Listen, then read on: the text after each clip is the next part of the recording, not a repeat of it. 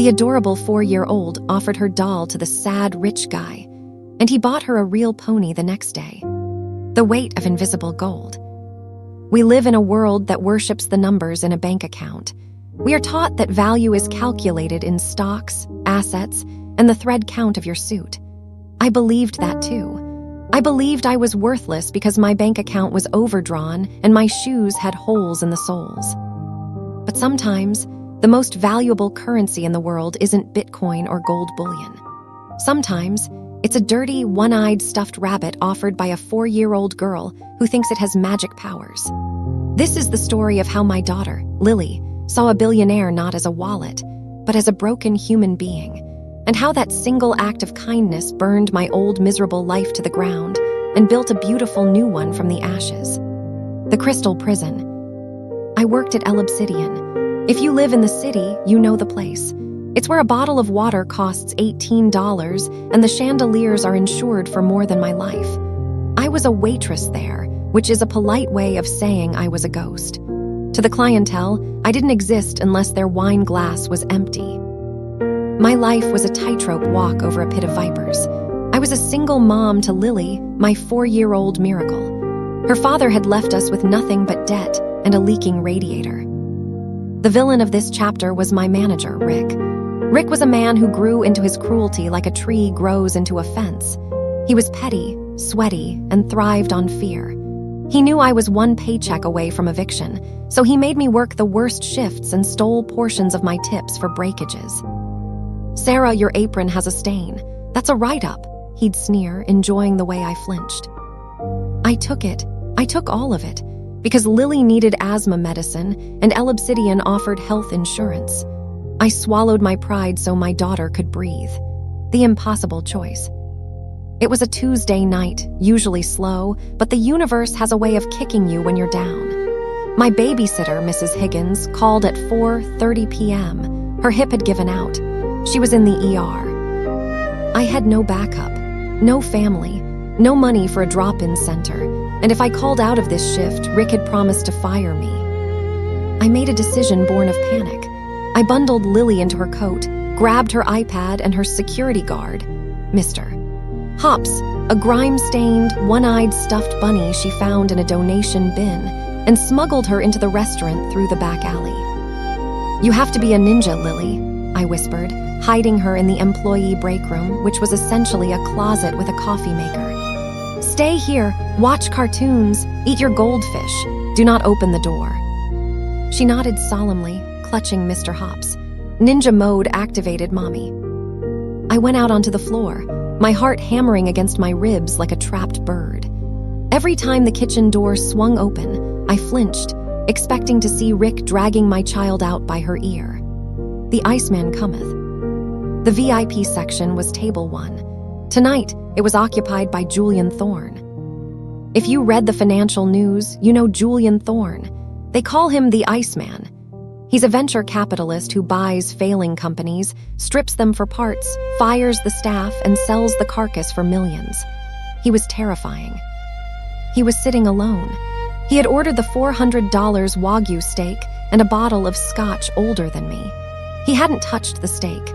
He was staring into the amber liquid of his glass like he was reading his own obituary. I approached the table to refill his water. The air around him felt 10 degrees colder. He radiated a darkness that made the hair on my arms stand up. "Is everything to your liking, sir?" I asked, my voice trembling. He didn't look up. "Leave the bottle, go away." I retreated. As I turned, my blood ran cold. The break room door was creaking open. The iPad had died. Lily, bored and forgetting the ninja code, waddled out into the dining room. She wasn't running or screaming. She was just walking, clutching Mr. Hops, drawn by the lights of the chandeliers. She looked tiny in the cavernous room, and she was heading straight for Julian Thorne. The encounter. "Lily, no," I whispered, dropping a fork. The clatter echoed through the silent room. Rick saw her at the same moment. His face turned a violent shade of purple. He started marching across the dining room floor, his footsteps heavy and angry. "Sarah, what is the meaning of this?" But Lily was faster. She walked right up to table 1. She stood on her tiptoes, barely peering over the white tablecloth. Julian Thorne looked down. He frowned, pulled from his dark trance. He looked at this small child in a worn denim dress standing in his orbit. The room went silent. The socialites stopped chewing. Everyone waited for the explosion. Lily stared at him with her big hazel eyes. Then, she reached out her sticky little hand and shoved the dirty, one-eyed rabbit onto the billionaire's pristine suit lap. "Mr. Hops makes the sads go away," she said. Her voice rang clear as a bell. "You look like you have the big sads. You can borrow him." Julian froze. He stared at the rabbit, then he looked at Lily. Rick reached us. He grabbed my upper arm, digging his fingers in hard. "You are fired, Sarah. Get your brat and get out before I call the police." The $50,000 tip. Julian Thorne stood up. The chair scraped loudly against the floor. He looked at the rabbit in his hand. Then he looked at Rick's hand gripping my arm. The dead look in his eyes vanished, replaced by a sudden, terrifying fire. "Let go of her," Julian said. It wasn't a shout. It was a command, low and dangerous. Rick dropped my arm as if it were burning. "Mr. Thorne, I apologize. This staff member brought a child." "I didn't ask for your policy," Julian cut him off. He knelt down, ignoring his suit pants on the floor until he was eye level with Lily. "You're giving him to me?" Julian asked, his voice cracking. "Just for a borrow," Lily said seriously. "He likes carrots and hugs." Julian took a shuddering breath. He pulled a black Amex card from his jacket. He handed it to Rick without looking at him. "Close my tab," Julian said, "and add a tip, $50,000. Rick's jaw hit the floor. "50,000, sir." "For her," Julian pointed at me. "It's her severance package because she quits." He stood up and looked at me. "Get your coats. My driver is outside. You're not staying here another minute." I was shaking. I didn't know whether to scream or laugh, but I grabbed my coat. The ghost of Emily. We didn't go to his mansion. We went to a quiet 24-hour diner 3 blocks away. Julian ordered pancakes for Lily. For 20 minutes, he just held Mr. Hops. He stroked the worn fur with his thumb. "Today is the anniversary," he finally whispered, staring at his coffee. "My daughter, Emily, she would have been 4 today." My breath caught in my throat. "Leukemia," he said. "I have billions, Sarah. I flew in specialists from Switzerland. I funded experimental trials. I could buy countries, but I couldn't buy her life." He looked at Lily, who was happily drowning her pancakes in syrup. "When she died," my wife left, I shut down. I became the Iceman because feeling anything hurt too much. I went to that restaurant tonight to drink until I forgot what day it was. He looked at me, tears brimming in his eyes. Then she walked up. She didn't see the billionaire. She saw the daddy who missed his little girl, and she gave me her most precious thing. He handed me a business card. It had no logo, just a private number. "Go home, sleep. I'll call you tomorrow, trust me." The journey to Thorne Meadows. I went home to my cramped apartment, clutching the check Rick had frantically written me. I couldn't sleep. The next morning, a knock shook the door.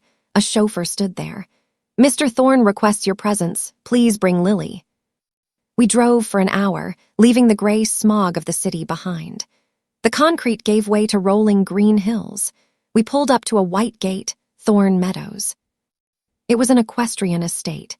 Acres of emerald grass, white fences, and stables that looked nicer than my apartment building. Julian was waiting by the main paddock. He looked different. He was wearing jeans and a flannel shirt.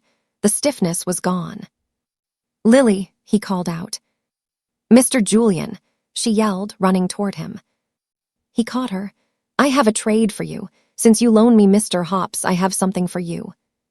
"Butterscotch." He led us to a stable door. He unlatched the top half. Inside was a pony. Not just any pony. A Shetland with a coat like spun gold and a mane as white as a cloud. "His name is Butterscotch," Julian said. "He's yours." Lily screamed with joy. A sound so pure it healed parts of my soul I didn't know were broken. I stood there stunned. "Julian, I can't. I live in a 2-room apartment. Where would we keep him?" Julian turned to me. You don't live there anymore. He pointed to a beautiful stone cottage on the edge of the property, covered in ivy. I fired my estate manager last week. He was stealing feed, Julian said. I need someone I can trust, someone who knows what it's like to work hard. The job comes with the cottage, a salary triple what Rick paid you, and full benefits. He paused, looking at his boots. And, frankly, the main house is too quiet. I need the noise. I burst into tears. I collapsed into the grass. Julian didn't awkwardly pat me. He just waited, letting me release 3 years of terror. The new life. That was 6 months ago. Life is different now. Lily rides butterscotch every day after preschool. Her asthma has vanished with the fresh air. I manage the estate, handling vendors, the stables, and the grounds. I'm good at it. Julian is different, too. He comes down to the cottage for dinner 3 times a week. He reads bedtime stories to Lily. He laughs. The Iceman melted. But the story isn't over. I promised you revenge. Last week, Julian hosted a charity gala for children's leukemia research at the estate. It was a massive event. We hired a high-end catering company from the city. When the vans pulled up, I saw him, Rick. He wasn't the manager anymore. El Obsidian had been bought out, and the new owners fired the toxicity. Rick was now a server for a catering company, wearing a cheap vest that was too tight, unloading crates. He froze when he saw me standing on the porch of the cottage, holding a clipboard, directing staff. He looked at my clean clothes, my healthy daughter playing with a pony, and Julian standing next to me. The best revenge is happiness. Rick walked up sweating. Sarah, you work here. I looked at him. I remembered the fear. I remembered the stolen tips. No, Rick, I said, smiling. I don't just work here. Julian stepped forward, putting a protective hand on my shoulder. Sarah runs the place, Rick, which means she decides which vendors we use. Julian looked at the catering van, then back at Rick. And I believe she feels your service is lacking. Turn the truck around, Rick, I said softly. We're going with a different company. He opened his mouth to argue, saw Julian's eyes, and closed it. He got back in the van and drove away. As I watched his taillights fade, Lily ran up holding Mr. Hops. Mommy, is the bad man gone? Yes, baby, I said, picking her up. The bad man is gone forever. I looked at Julian. Mr. Hops works fast, Julian said. Yes, I agreed. He really does. The moral of the rabbit. We spend so much time worrying about what we don't have. We worry about status, about climbing the ladder, about the people who look down on us. But in the end, a billionaire wasn't saved by his money. He was saved by a dirty toy and a child's intuition. Kindness is a boomerang. You throw it out into the world, often when you have nothing left to give, and sometimes, just sometimes, it comes back to you as a pony named Butterscotch. If you are struggling today, hold on. You never know who is sitting at table 1, just waiting to be seen.